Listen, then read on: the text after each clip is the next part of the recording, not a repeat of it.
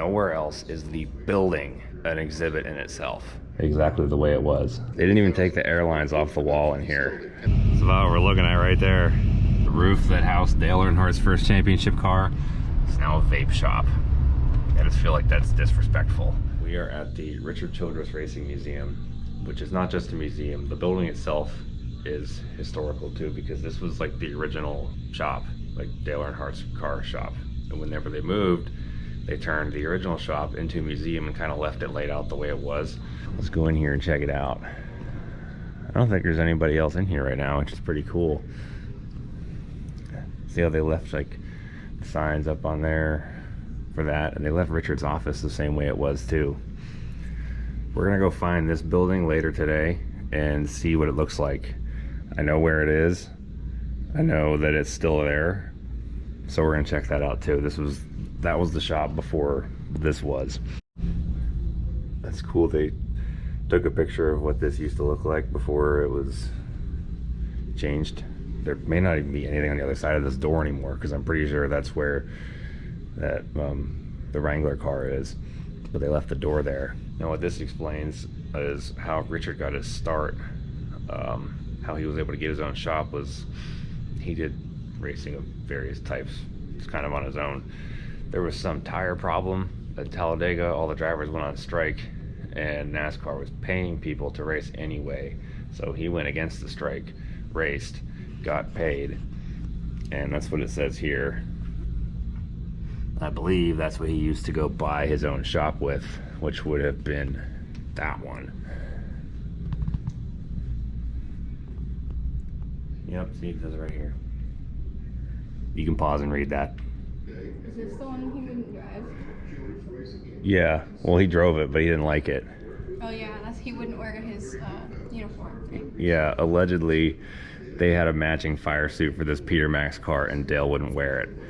And he did not like this car at all. I mean, when I was a little kid, I thought it was cool looking, but you know, when you're a little kid, you think pretty colors are cool looking. Yeah, it reminds me of Fruit Loops. I guess this used to be the engine builder's room, and I got a picture of what it used to look like here. I just think this is the coolest thing. Pause and read these things.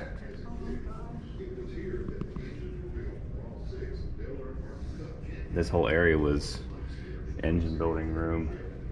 The wood grain walls are funny.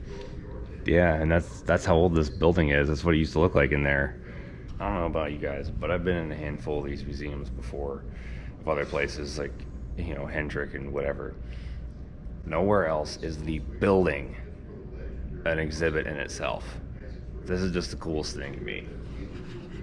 They really know how to keep the history alive here. And this is the coolest part, I think, is Richard's original office.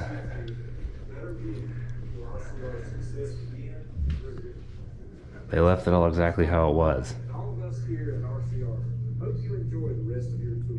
They even have the super old computer and everything exactly the way it was. If that's not the coolest thing ever, you can get out of my face. I'm just looking at all the little details on these things, just taking note for my own reference. It's pretty cool. But I really want an SB2 in my Monte Carlo with these valve covers. It's gonna happen eventually. Sorry. LSA is just temporary. Look, they didn't even take the airlines off the wall in here. And a 32,000 square foot research and development. They're still over there on the wall. Like, everything is exactly how it was. Grinding room. Haha. Just noticed something in here. I don't know how well you guys can see that with the glare. But there's a note taped to the dash.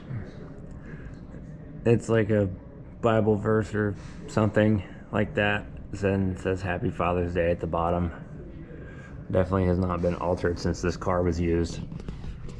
It doesn't say who it's from, but I do know that I think it was Darrell Waltrip's wife, Stevie, I think her name was, would give Dale like Bible verses or scriptures before races, and he would stick them to the dash. So I would venture to guess that that's what that is.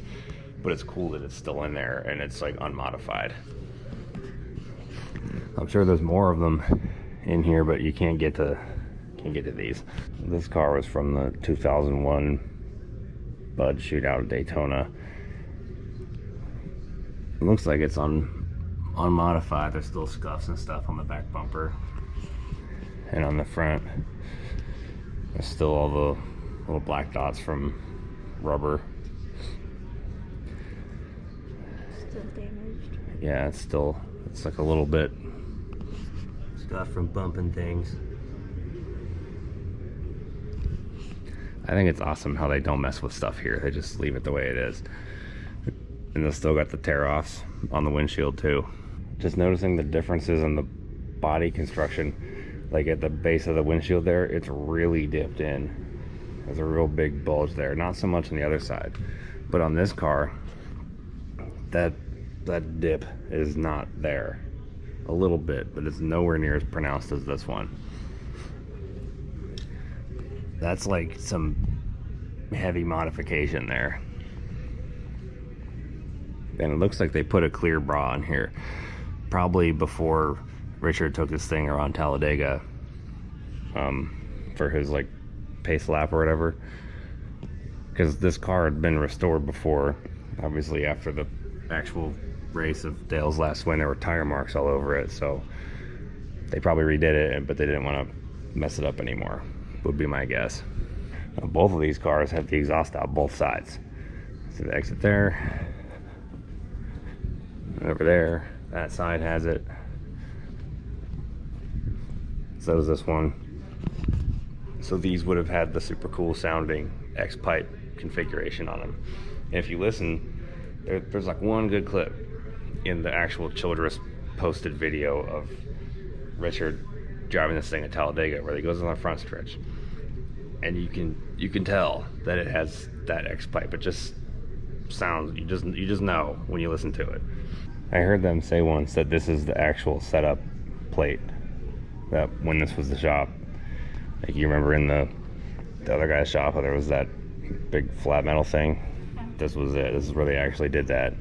It looks like there used to be something here. I don't know if this was museum related at one point or what.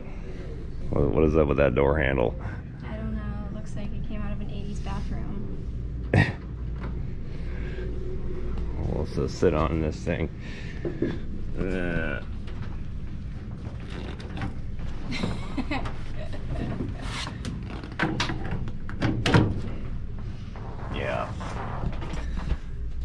Built at GM Tech Center, May 1st, 1995.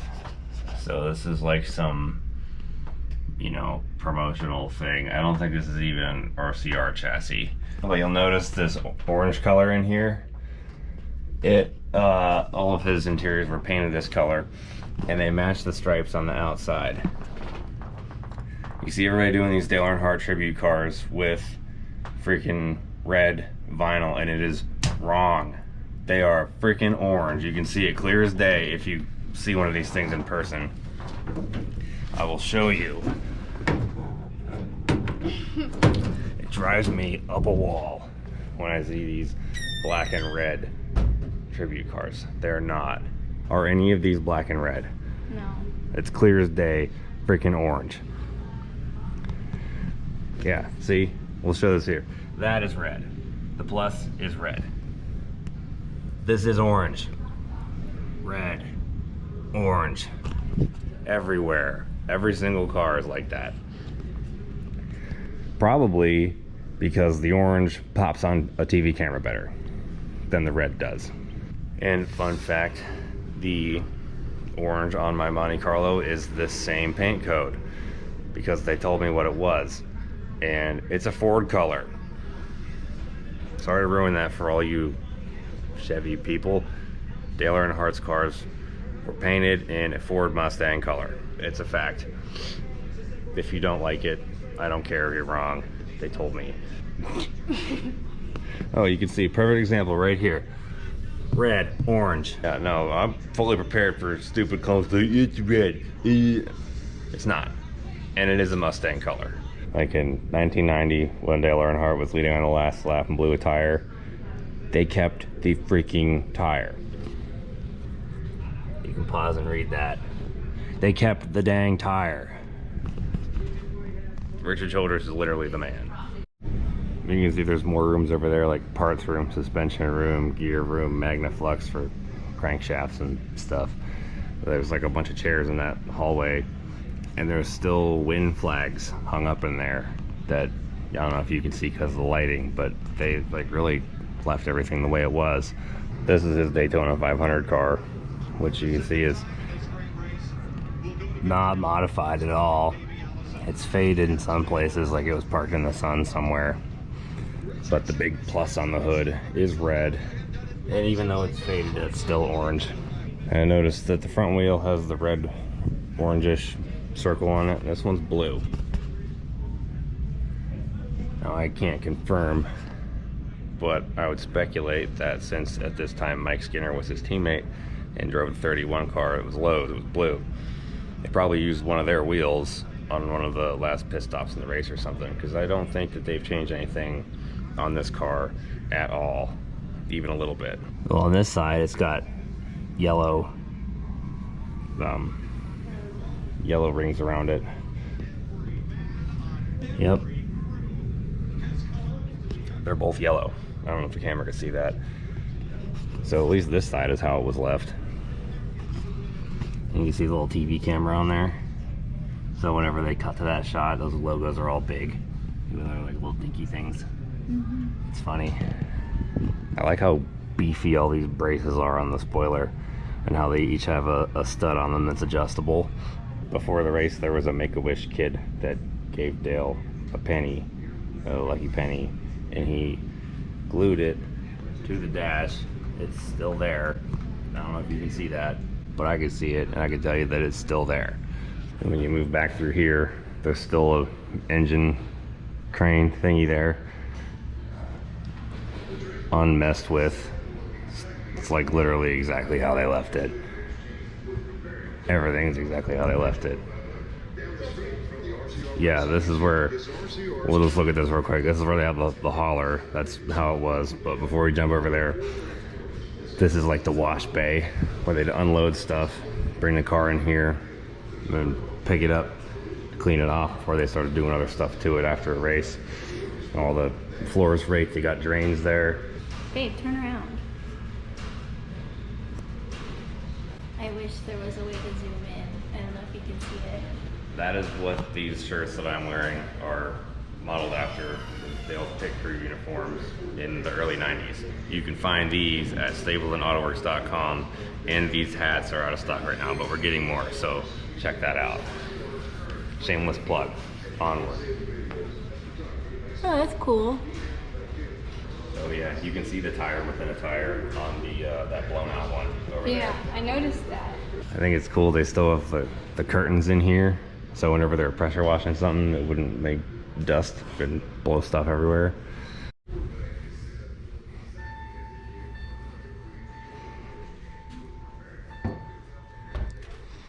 I think they used this hauler for other stuff for a little bit afterwards, but once it was retired, it was brought back here and put back the same way it was and stuck in here. But this is actually where it would park. They would pull it right in here, exactly where it is.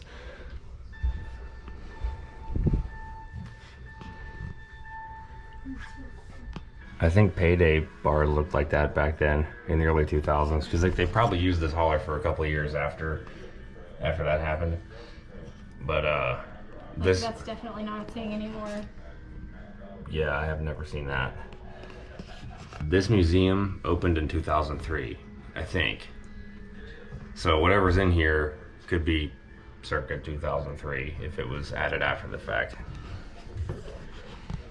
I didn't even lock any of these. I didn't think that would actually open.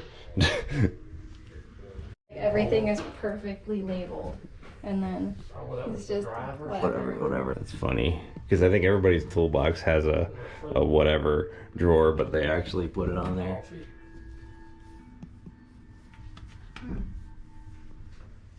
Whatever. They have the original lounge part blocked for a good reason. It's still nice up there. That's pretty cool. These trailers or something else. There's a bunch of mirrors on the roof. Maybe you can't see that, but I can tell you it's there. really nice.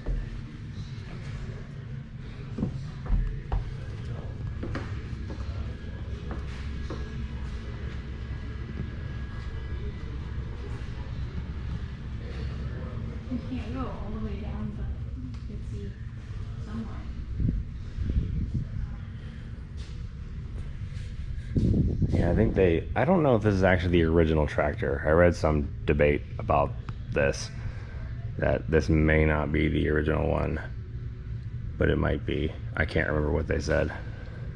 Look, they got drains down there too. They'd probably wash the hauler in here.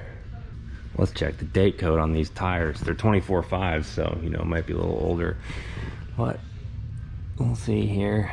4906. These tires are from 2006. I would say that this hauler, this particular Peterbilt, got used for a while after that. Then it lived a life beyond Dale. They have a video of them pulling this thing in here. Interesting to note that the graphics on the hauler are actually red. They're not orange like the car is. This is like clearly red everywhere. Doesn't make a whole lot of sense. I don't know. I have no explanation for that, other than I'm pretty sure the car was orange because of TV cameras and, you know, being seen from a distance and that stuff. Oh, I think the trailer was already in here, and once they retired the tractor, they pulled the trailer out, hooked them back up, and then put them in here. So this is the proper combo. That makes sense. I think that's what they did. I got more old pictures in here for like the old R&D area, the wind tunnel models. And not all of this is like dedicated Dale Earnhardt. It just so happens to be that Richard has almost every single car Dale drove from the 90s onward. Once we move out of here, the rest of the museum is like everything else about RCR. This is just the Dale Earnhardt part. But this clay car is really cool. Cost $150,000 to make that thing. That's just crazy.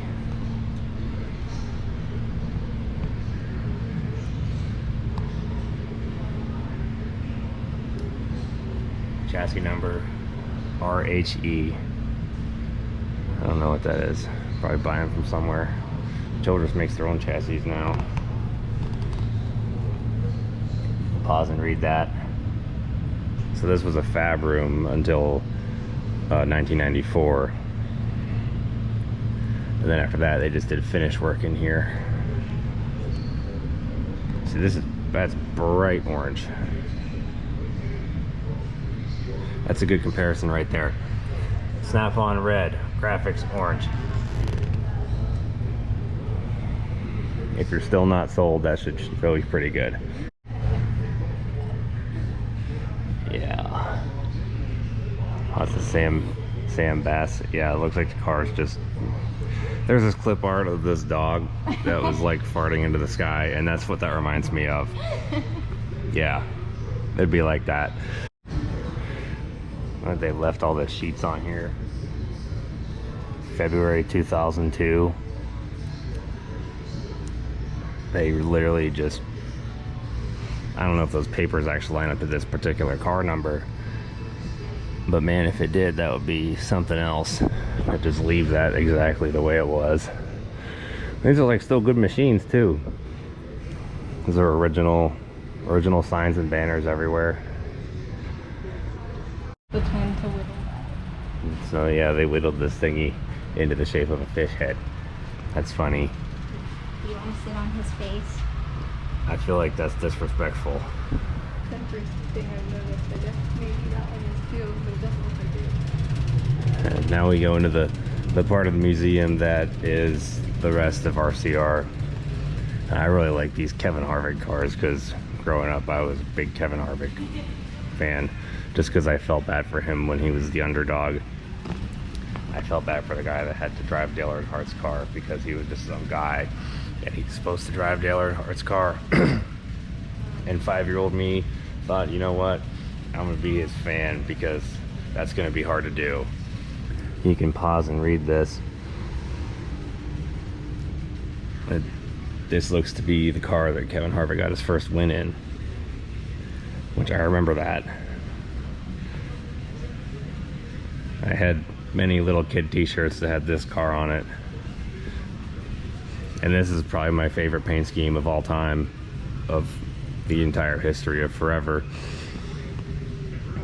And you can tell that this isn't red either. It's like a obnoxious, just day glow orange. Everything on it. It's even brighter than Dale's orange was. Especially, you can tell right here. Even just looking at it on my GoPro, it doesn't look like it. Like, this is like legit Dayglow orange. And if you haven't noticed the back of the Uncle Rob shirt, in Turbo Yukon, the graphic on it is derived from this paint scheme. It's actually like a modified tracing of the back of the hauler they use for these cars. Yeah, if you win the Brickyard, you kiss the bricks. I was pointing out the pit crew, but Oh, yeah, those are newer. Maybe we'll spoof those too. This is a Dale Jr. car. He talked about this on his podcast. He said something about how they took tape off the grill or somewhere, and it had this little hole under there that would pull air down. And once they pulled that off, he said the car was amazing, and he just dominated with it. It was the greatest thing ever. He said they raced it only one time before they put it in this museum. Like, oh, there's the 3, and then like this a little Junior next to it. I remember watching the race where Kevin Harvick did the burnout and blew his tires up at Indy, and they kept those too because Richard's the man. And it's interesting to note that the Dayglow orange trim on here is hand-laid pinstripe vinyl. Everything else looks like paint. Like, they painted the black, they painted the silver, and then for the orange they just laid the vinyl on it, which I'm taking notes for my own reference if I ever go to do something like that. One of my own cars. What's this one all smashed up from? Oh, Watkins Glen. You can pause and read these things, by the way, if you haven't picked that up yet. I remember watching this race too. 2007 Daytona. Yep, there's poor old Mark Martin. He was leading too, and Harvick just kind of came out of nowhere and won. But I know these cars, this is like one of the last cars that had the cool sounding X-pipe. You can see the exits are on both sides.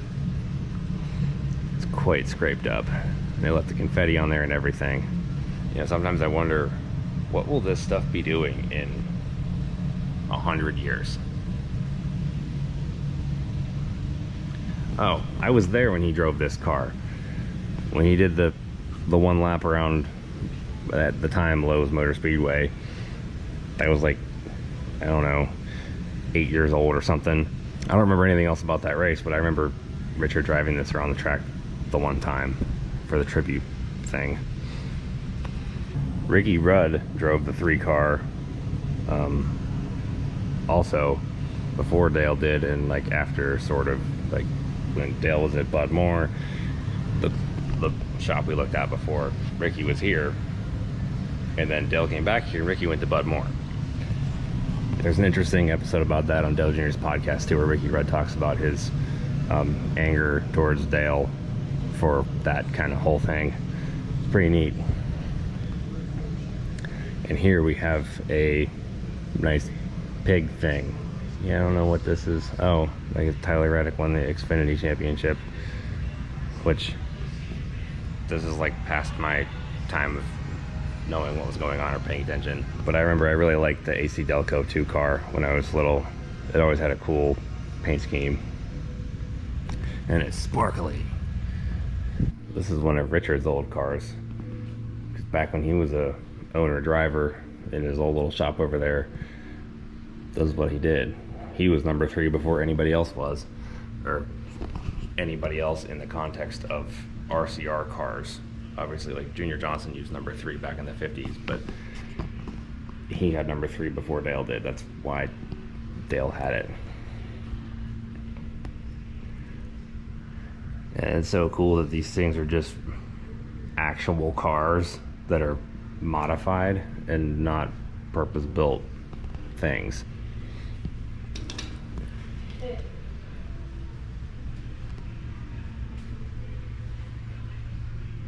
People that go to Branson think that Dixie Stampede is really cool for whatever reason. It's funny. Yeah, I don't even know what any of that is, so. You're not missing out.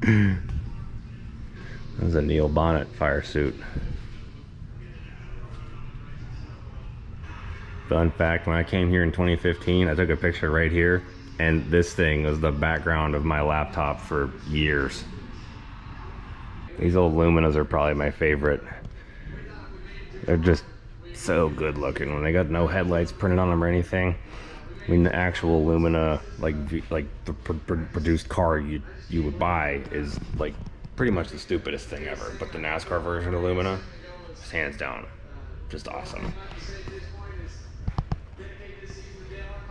I don't know what the significance of this car is other than it's just awesome.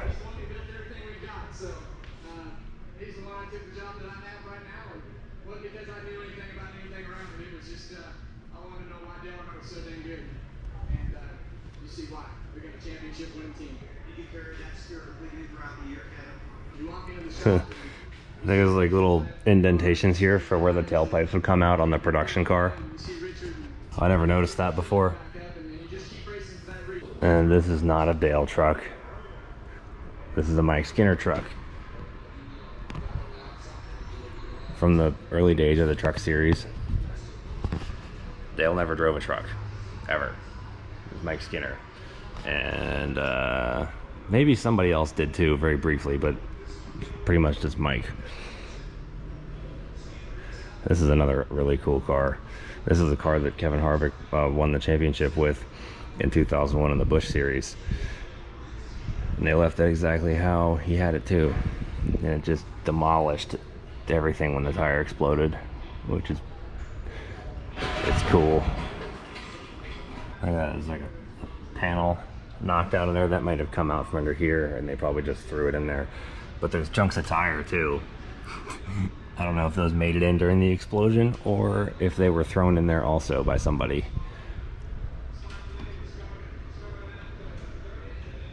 Including burnout. I wonder if that's like the fuel calculation. So we may be done here for now, but we're not done with the history tour yet. Remember that old shop in the beginning of the video? I told you we go check it out. We're gonna go check it out. Here it is, right here. This was it. Right there.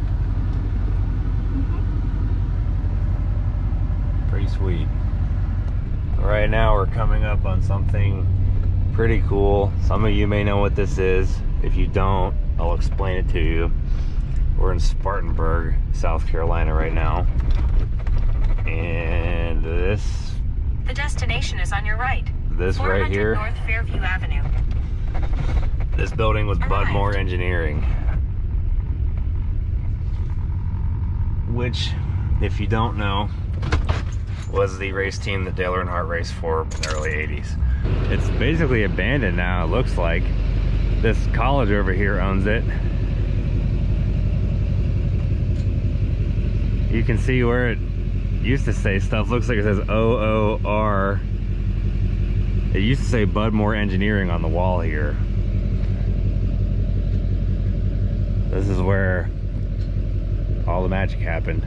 And it's just here doing nothing. All run down next to some train tracks. Wow. I wonder what the purpose of each of these doors is served. You could tell it had been added on to different times. I think Budmore was active as a race team until 1999, somewhere around there. But I would guess when Dale was in here that the steel part of this building was not there. And it was just this. Like maybe this is where they backed the hauler in and unloaded stuff. I don't know. They got a hose and stuff right there. Maybe that was where they, you know, they backed the car out and they pulled in there to clean it off after a race. Man, this is so cool. Hey, you can see there that sign. We're standing right where that is. That sign's right along the line with this. And you can see the stud there for the G, and the rest of it went that way. And you got the lone one down here for the bottom of the G. There's been other variations of the sign here since then, but this one, that's just so freaking cool. Hold on, let's back up here.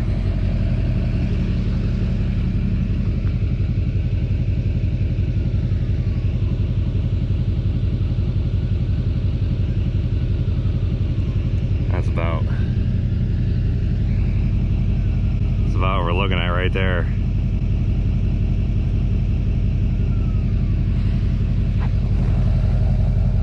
I just like to stand in places like this and just absorb it. I don't know. Just take it in. Cool stuff happened here. I want cool stuff to happen to me. I just stand here and imagine what's happened where I'm standing right now. It makes me feel good. The explorations continue. Right now we are almost to burping. Whatever, I'm not even gonna cut that out. It's real here. We're on the way to the former building of Rod Osterlund's shop, which is another race team that Dale Earnhardt raced for back in the day. That is the one he won his first championship with in 1980, the number 2 car, where I think that was where the whole Wrangler thing originated, when his crew chief was Suitcase Jake. Turn right, then arrive at your destination. Osterlund sold his team to JD Stacy, and Dale didn't want to race for him, so he quit. But this is it right here.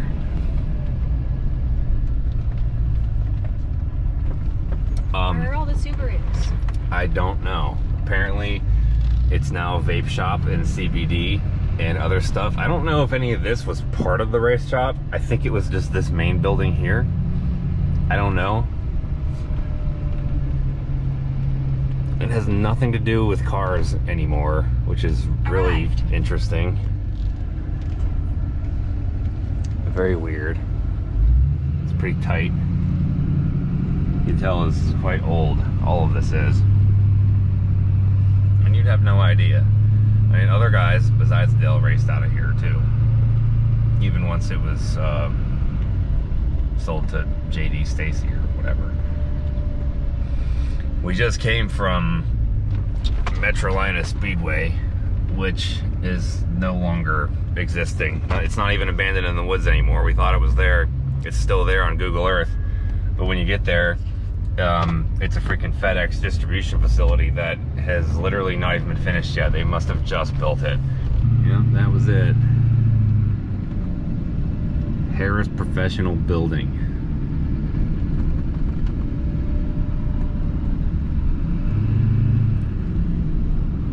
Here's the roof that housed Dale Earnhardt's first championship car. It's now a vape shop. I just feel like that's disrespectful to everybody in America. It's just not, this doesn't sit well with me.